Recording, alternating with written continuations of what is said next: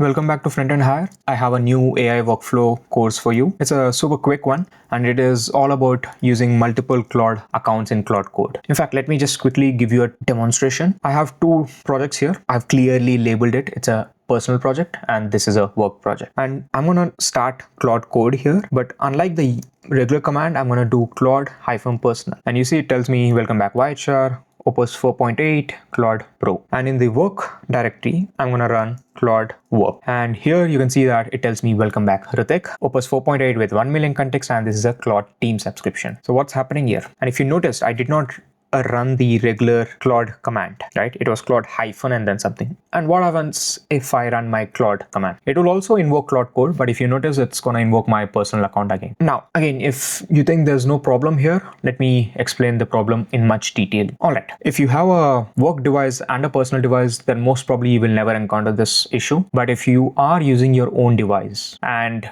doing your work as well as personal stuff on it, then you'll definitely hit this issue. So if you have a Claude account through work and your personal subscription, you probably hit this annoying part. Claude Code stores one login at a time. And every time you switch, this means logging out of one account and back into the other. And this will throw away your history, project memory, settings, and everything. I also have a quick visualization here, nothing crazy. And if you notice, the reason this happens is Claude Code stores the config in a .claude directory. It's in somewhere in your root, and every time you log in, that's where your Claude is storing your session, history, project memory, and every other setting. So you can immediately see the solution here. There's a clean fix that needs no extra tooling. You'll see some packages out there that handle this for you, but you don't need any of those. In fact, I'll show you what they're doing internally. All we have to do is when we are setting up Claude, we just have to set the Claude config directory environment variable. And if we set this to a different folder with our work subscription and with personal subscription, we have our solution. Again, like I said, by default, Claude Code keeps everything under the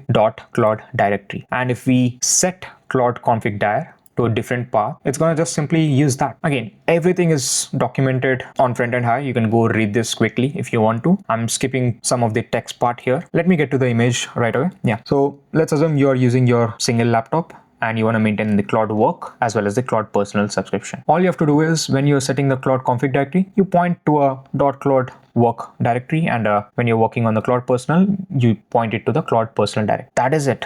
And nothing is going to be shared between these two folders. And if you're on macOS, it's super simple. All you have to do is add these two lines, or if you have more Claude accounts, add the respective lines to your shell config. And it's going to look something like this. Alias Claude personal, config dir is Claude personal, and then you run Claude. Similarly for Claude work, set the Claude config directory to Claude work and then run Claude. That is it. Once you do this, you just reload your shell and the command should be ready to go. The first time you do this, of course, you'll have to log in. And when you do log in, ensure that you're logging in with the right account. You don't want to mess that up again. And if you mess up, you'll just have to delete it and redo these steps. And that is it. This is the workflow I've been using, and it's super productive and clean. Okay.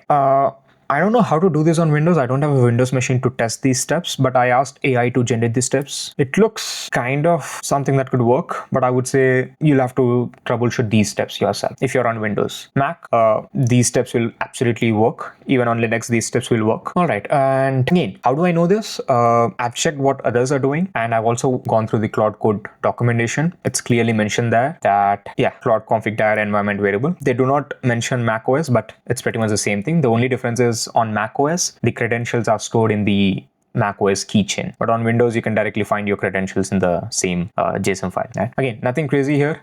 And I've seen someone say that it's against the policy or something. I've gone through the policy. It doesn't state anything like that. There is no policy. As long as you're not doing any illegal stuff, you can absolutely do this. There's no policy against this. All right. Again, super simple. And let me know if you like this quick videos on AI workflows. I have more dedicated courses planned, and I think that is it for this video. Oh, here's a quick thing I wanted to show. If you notice, I'm currently on dark mode. So what I'm trying to do is every SVG image you see, it's very easy for me to convert it into a light variant. And if you switch to light mode, you see the image also updates.